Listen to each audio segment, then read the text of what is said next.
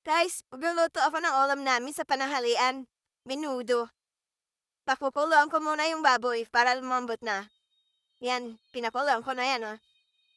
Hanguin ko na. Pinakuluan ko na yan para mabilis ang paglambot. Tapos mamaya ako nalalagay yung mga ricado. Yan.